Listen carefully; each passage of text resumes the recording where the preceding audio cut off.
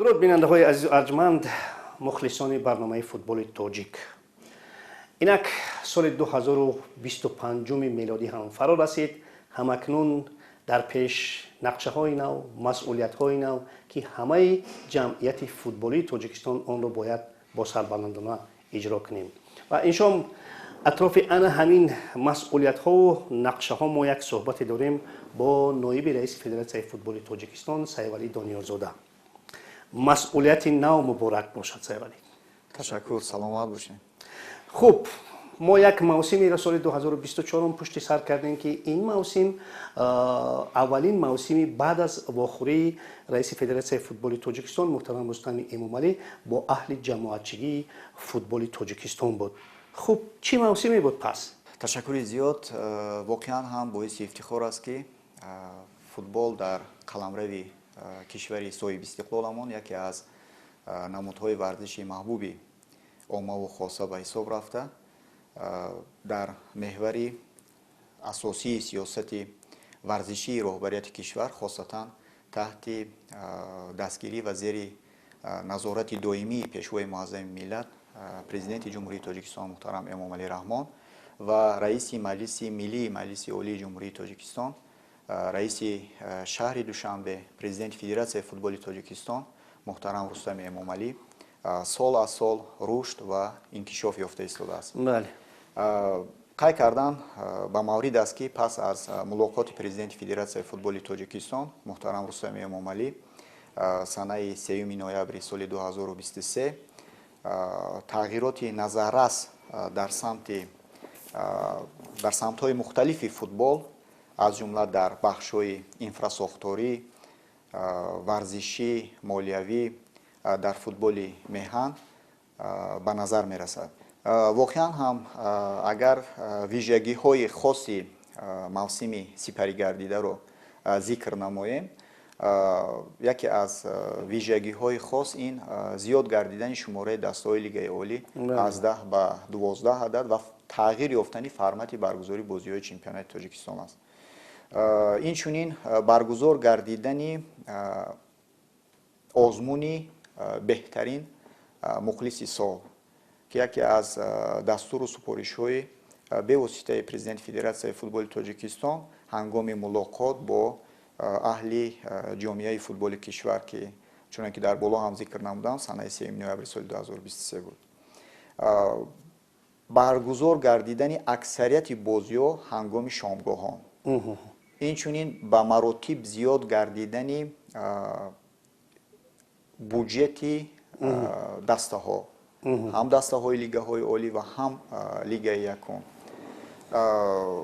این چنین تطبیق پوره برنامه های رقمی که یکی از طلبات کلیدی کنفدراسیون فوتبال آسیا و فدراسیون فوتبال بین المللی محسوب می‌یابد که از جانب لیگ فوتبال تاجیکستان تطبیق گردید.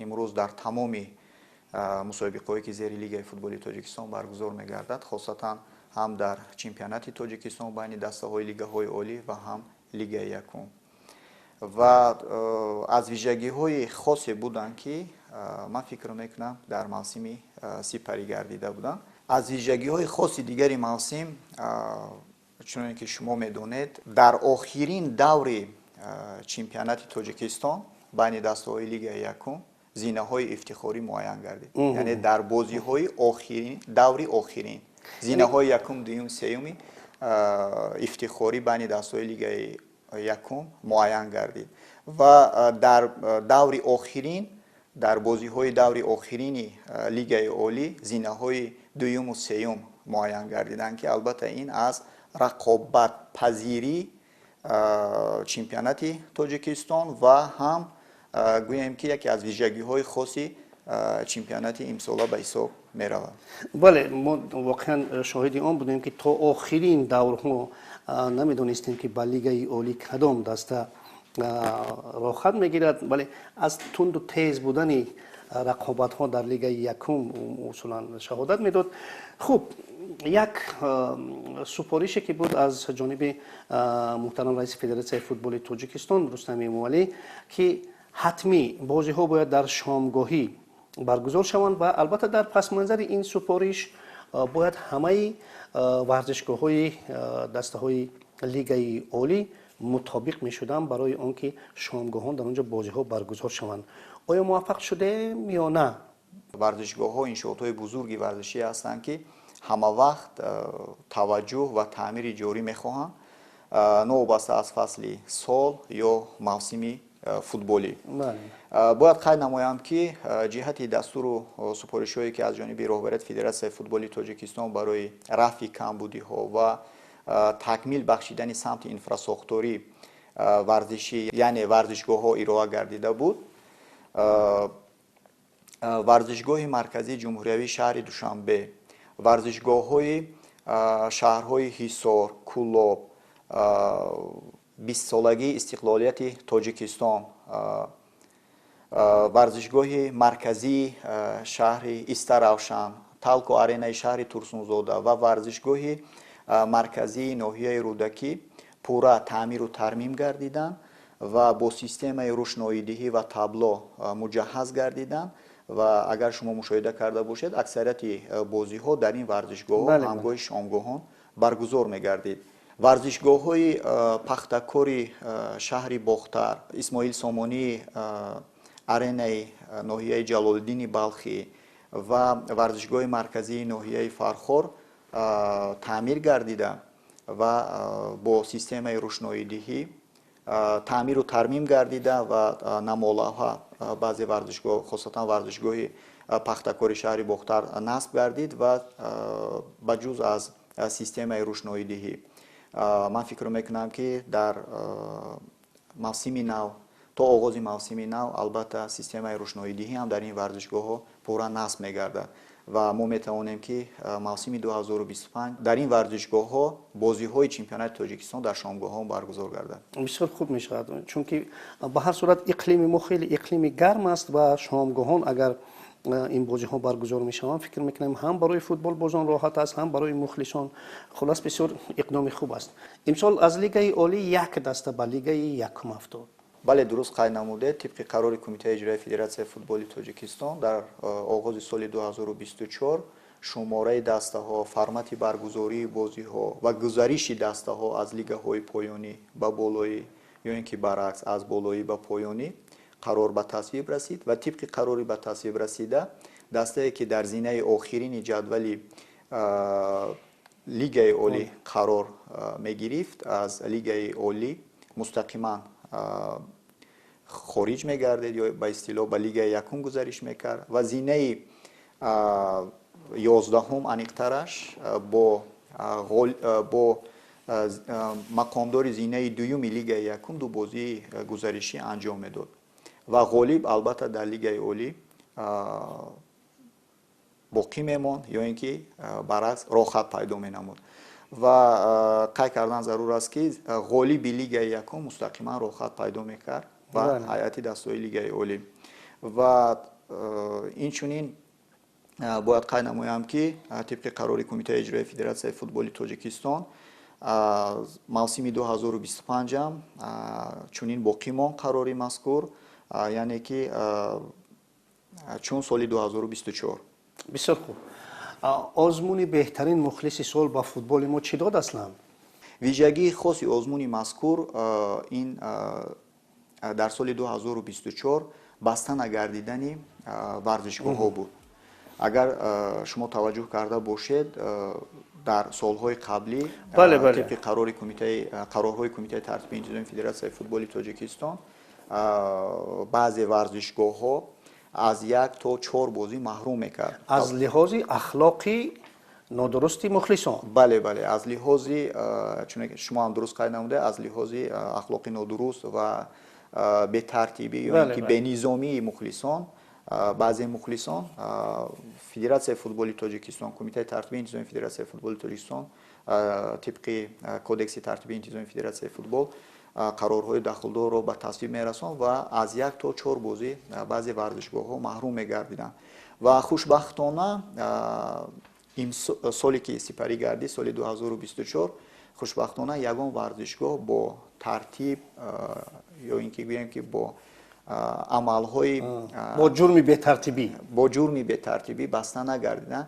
ман фикр мекунам ки яке аз ҳадафҳои асосӣ ё ин ки ҳадафҳои калидии озмуни мазкур ҳамин буд ва мо фикр мекунам ки мо ба ҳадафи асосии хеш расидем ва ногуфта намонад ки озмуни мазкур ҳамасола таҷлил мегардад, ҳамасола озмун эълон мегардад ва имсол низ мавсими 2025 озмун роҳандозӣ мегардад ва ногуфта намонад ки фонди ҷоизавии озмуни мазкур боз ҳам зиёдтар мегардад ва шумораи номинатсиё ҳам беҳтар мегардад. бисёр оле. Кори доваронро чӣ гуна баҳо додан мумкин аст дар мавсиме ки гузашт?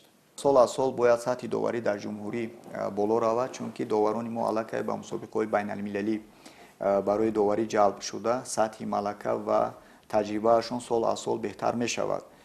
дар мусобиқаҳои конфедератсияи футболи осиё тақрибан мусобиқае нест ки доварони мо ҳакамӣ накунанд. бале бале сар карда аз бозиҳои мунтахабҳо дар сатҳҳои гуногун то мусобиқаҳои клубии лигаи қаҳрамонҳои осиё 1 ё 2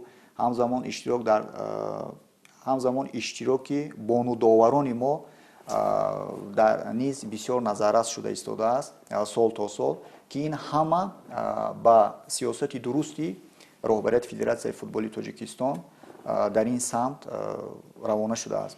бояд як нуктаро фаромӯш набояд кард ки аз ҳама самти баҳсбарангез дар футбол ин самти кори доварӣ аст. ҳатто дар футболи аврупо ки ба ақидаи аксар зодгоҳи футбол аст бо дар назардошти истифода аз технологияҳои муосири рақамӣ давре нест ки бехархаша ва баҳс болои қарорҳои доварон дар шабакаҳои иҷтимоӣ ва умуман вао миёни мухлисонашон наравад. албатта мушкилиҳо ҷой доранд. довар низ инсони маъмулӣ аст ва бехато намешавад ки ин маънои онро надорад ки хатогиҳои онҳо ё ин ки қарорҳои ки ба хатогӣ бурда мерасонад қасдан бошад. ва дар сурати амдан даст задан ба хатогиҳои доварон низ аз ҷониби кумитаҳои дахлдори федератсияи футболи тоҷикистон ки ҳамеша кори онҳоро таҳти назорат қарор медиҳад баҳогузорӣ мешавад ва беҷазо намемонанд.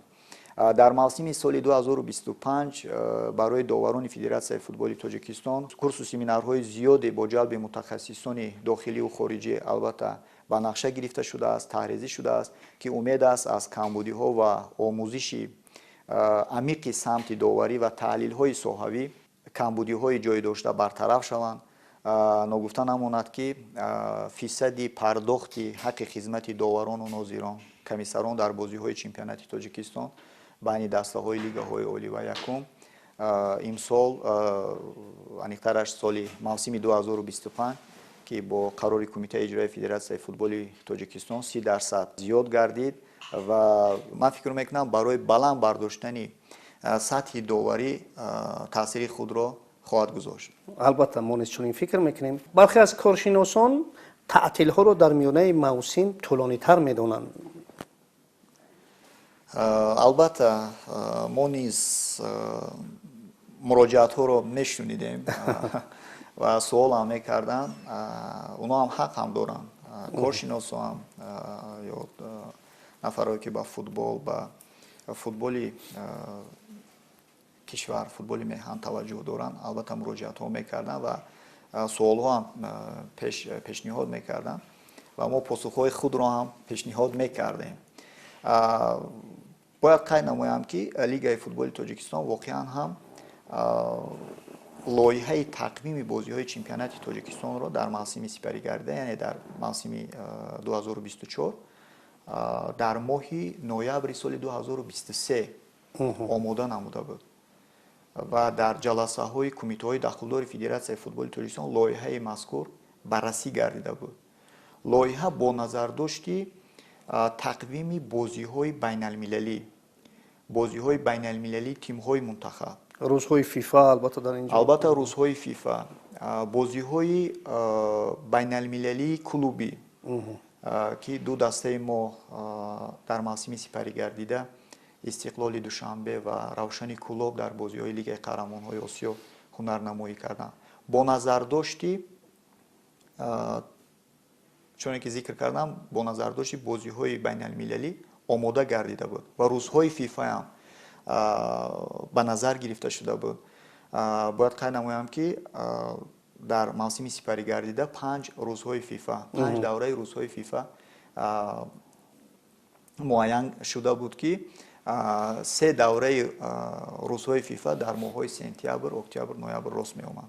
Бо назардошти нуқтаҳои зикр гардида лоиҳаи тақвими бозиҳо омода гардида буд ва мо бозиҳоро ба таври тақвими бозиҳоро ба тавре омода намуда будем ки яъне ки ба ҳама дастаҳо яъне ки шароити якранг муҳайё карда шуда бошад ва дар замони танаффус яъне дастаҳое ки аз онҳо ба қавле ба ҳайати дастаҳо бозингарони дастаҳо ба қавле ба ҳайати дастаҳои тимҳои мунтахаб даъват нашуда буданд, яъне онҳо тавонанд ки бозиҳои санҷишии дӯстона рафиқона баргузор карда бошанд. Яъне аз ҷониби Лигаи футболи Тоҷикистон шароит муҳайё шуда буд. бисёр хуб. Акнун чун мо дар бораи оғозу анҷоми чемпионат гуфтем, имсол бо назардошти оне ки мунтахаби миллии мо дар моҳи март бозӣ мекунад, фикр дорем дар оғози мавсими имсола низ тағйиротҳо ба назар мерасад. Албатта дуруст қайд намудем, бо назардошти он ки санаи 25 марти соли равон тими мунтахаби кишвар бозӣ баргузор менамояд, лига нақша чорабиниҳои хешро таҳризӣ намуд ва пешниҳод намуд ба кумитаҳои дахлдор, аниқтараш ба кумитаи баргузории мусобиқаҳо. нақша чорабиниҳо мавриди баррасӣ қарор гирифт ва хулосаи кумитаи баргузории мусобиқаҳо пешниҳод шуд ба кумитаи иҷроияи Федератсияи футболи Тоҷикистон барои муҳокима ва тасдиқ. ва аз ҷониби кумитаи иҷроияи Федератсияи футболи Тоҷикистон оғози чемпионати имсола яъне 7 марти соли 2025 муайян гардид, тасдиқ гардид. анҷомаш то куҷо тӯл мекашад? то ноябр. то ноябр. албатта ин ҳам вобастагӣ дорад бо аз бозиҳои байналмилалӣ, ҳам тимҳои мунтахаб ва ҳам бозиҳои байналмилалии клубӣ. хуб, кам кардани шумораи легионерҳо дар майдон ин андеша аз куҷо омад ё ба чӣ ҳадаф ин андеша пиёда мешавад? тибқи қарори кумитаи иҷроияи Федератсияи футболи Тоҷикистон дар мавсими 2025 яъне дастаҳои лигаҳои олӣ метавонанд 7 бозингари хориҷӣ дар варақаҳои дархостӣ пешниҳод намоянд, аниқтараш шартнома ба имзо расонанд ва дар як вақт дар протоколи бозӣ 7 нафар бозингари хориҷӣ номнавис намоянд ва дар як вақт то 5 бозингари хориҷӣ дар майдон метавонанд ки ҳунарнамоӣ кунанд. ҳадафи асосии қарори ба тасвиб расида ин имконияти бештар барои бозингарони маҳаллӣ додан аст. миёнаи имсол барои мураббиёни мо гирифтани муҷаввизи про ба анҷом мерасад. хуб, акнун ҳамун талаботи Федератсияи футболи Тоҷикистон ки бояд сармураббиёни дастаҳои лигаи олии мамлакат муҷаввизи про дошта бошанд амалӣ хоҳад шуд ё на? албатта соли 2024 қарори буйрои кумитаи иҷроияи Федератсияи футболи Тоҷикистон ба тасвиб расид ки шуруъ аз оғози мавсими соли 2026 сармураббиҳои дастаҳои лигаи олӣ ҳатман бояд литсензияи про дошта бошанд ва дар чемпионати Тоҷикистон. мақсади асосии ин баланд бардоштани сатҳи сармураббиён ва мутахассисони соҳаи футболи клубӣ дар кишвар ба шумор рафта, ҳамзамон мутобиқнамоии талаботи Конфедератсияи футболи Осиё ҳам дар барномаҳои алоҳида, яъне ки аниқтараш дар барномаи литсензиякунонии класс аст, ки яке аз талаботи калидӣ ба ҳисоб меравад. ва дар ин замина бояд қайд намоям ки дар лига якум низ қарор ба тасвиб расидааст ки шуруъ аз оғози соли 2026 ба ҳайати дастаҳои лигаи якум низ сармураббиёне даъват карда мешаванд ки бояд дорои литсензияи А бошанд. бисёр олӣ. яке аз масъалаҳои мушкиле ки дар футболи мо ҳаст ин будубоши легионерҳо ҳаст. аслан манам равзанаи трансферӣ ҳам оғоз шуд. хуб дастаҳо метавонанд ки бисёриҳоро ҷалб кунанд. манзури ман чи аст? манзури ман аз таҳияи ҳуҷҷатҳои онҳо албатта дар клубҳо ин чиз як мушкилӣ ҳаст. то кадом андоза федератсияи футболи тоҷикистон ба ин чиз бархурди нарме дорад ё бархурде дорад ки масалан ин легионерҳо ба қавле ки роҳат омада бозӣ кунанд, на аз пушти масалан омода кардани ҳуҷҷатҳои худ мушкилоти дигаре бошанд.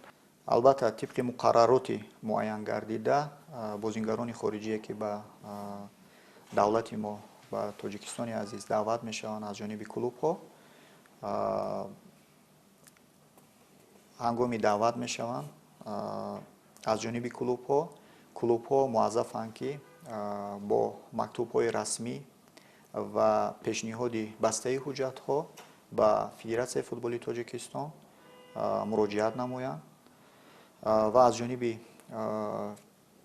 федератсияи футболи тоҷикистон, аниқтараш лигаи футболи тоҷикистон ҳуҷҷатҳои зарурӣ омода мегардад, аниқтараш мактубҳои расмӣ ба ниҳодҳои давлатӣ, ба консулгарии ҷумҳурии тоҷикистон ва дар замина ҳуҷҷатҳои пешниҳод гардида барои гирифтани раводид.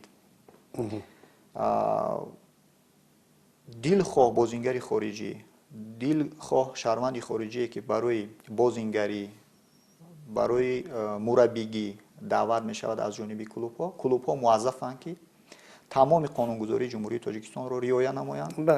тамоми муқаррароти муайянгардидаи федератсияи футболи тоҷикистон, лигаи футболи тоҷикистонро бояд риоя намоянд ҳангоми буду бошон дар қаламрави ҷумҳурии тоҷикистон,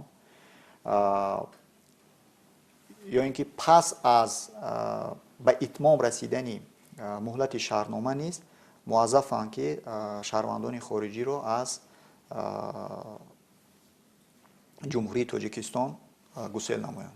бисёр хуб.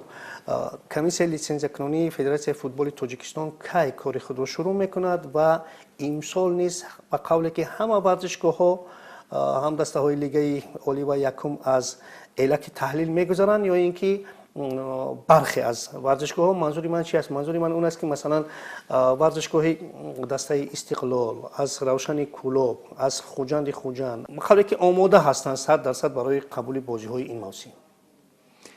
дуруст қайд намудед.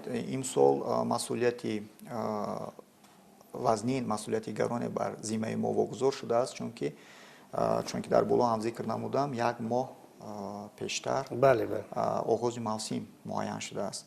яъне моро мебояд, масъулинро мебояд, дастаҳоро мебояд ки варзишгоҳҳоро ҳарчи зудтар омода намоянд барои оғози мавсим ва чӣ ки дар боло ҳам зикр намудам, хушбахтона аксарияти варзишгоҳҳо, варзишгоҳи марказии ҷумҳуриявии шаҳри душанбе, варзишгоҳи марказии шаҳри ҳисор, талко аренаи шаҳри турсунзода, кулоб аренаи шаҳри кулоб, хоб варзишгоҳи 20-солагии истиқлолияти тоҷикистон дар шаҳри хуҷанд, варзишгоҳи марказии шаҳри истаравшан, варзишгоҳи марказии ноҳияи рӯдакӣ бо системаи рӯшноидиҳӣ ва табло насб гардиданд ва албатта масъулинро, роҳбарияти варзишгоҳро мебояд ки чамани варзишгоҳро омода намоянд ва барои мавсим ва дигар варзишгоҳҳое ки таъмиру тармим ҷорӣ идома дорад, ман фикр мекунам ки то оғози мавсими навбатӣ, мавсими ҷадид албатта омода мегарданд ва мо метавонем ки чӣ бозиҳои лигаҳои олӣ ва якумро дар варзишгоҳҳо ё ин ки дастаҳо метавонанд ки дар варзишгоҳҳои хонагии хеш баргузор намоянд. бисёр олӣ.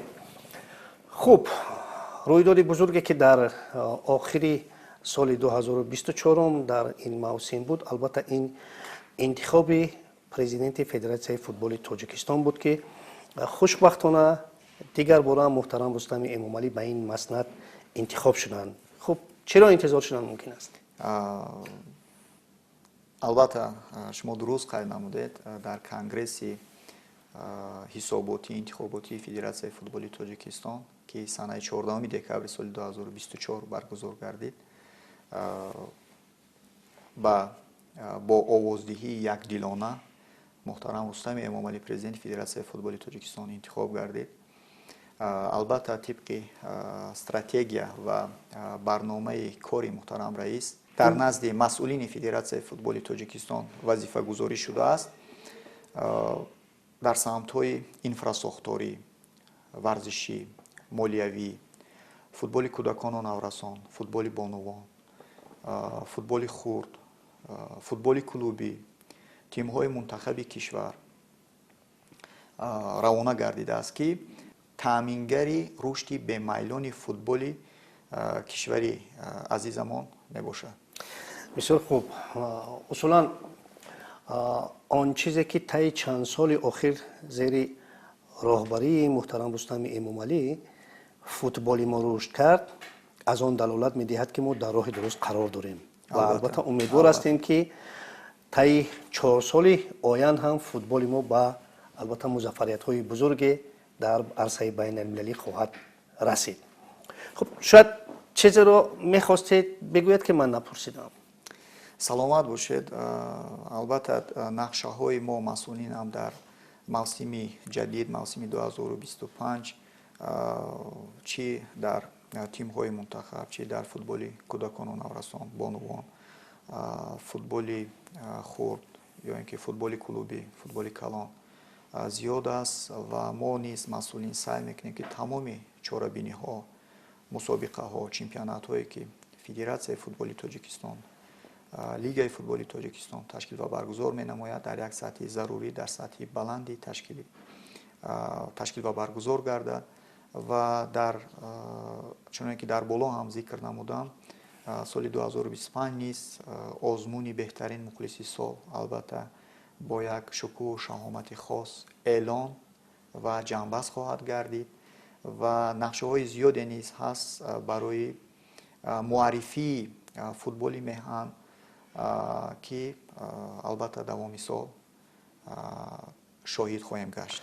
бисёр хуб, бисёр олӣ ва умедвор ҳастем ки ҳама якҷоя албатта шурӯъ аз масъулини Федератсияи футболи Тоҷикистон то охирин нафаре ки олудаи футбол аст барои анҷоми ин нақшаҳои бузург саҳми худро мегузорад. албатта як бори дигар барои интихоб шуданатон ба маснади ноиби президенти Федератсияи футболи Тоҷикистон шуморо самимона муборакбод мегӯем ва умедвор ҳастем ки он масъулияте ки ба дӯши шумо ҳамакнун вогузор шудааст дар сатҳ ва сифати хеле баланду боло анҷом мешавад. ташаккур. саломат бошед. дӯстони азиз, як суҳбате доштем бо ноиби президенти Федератсияи футболи Тоҷикистон Сайвалӣ Дониёрзода.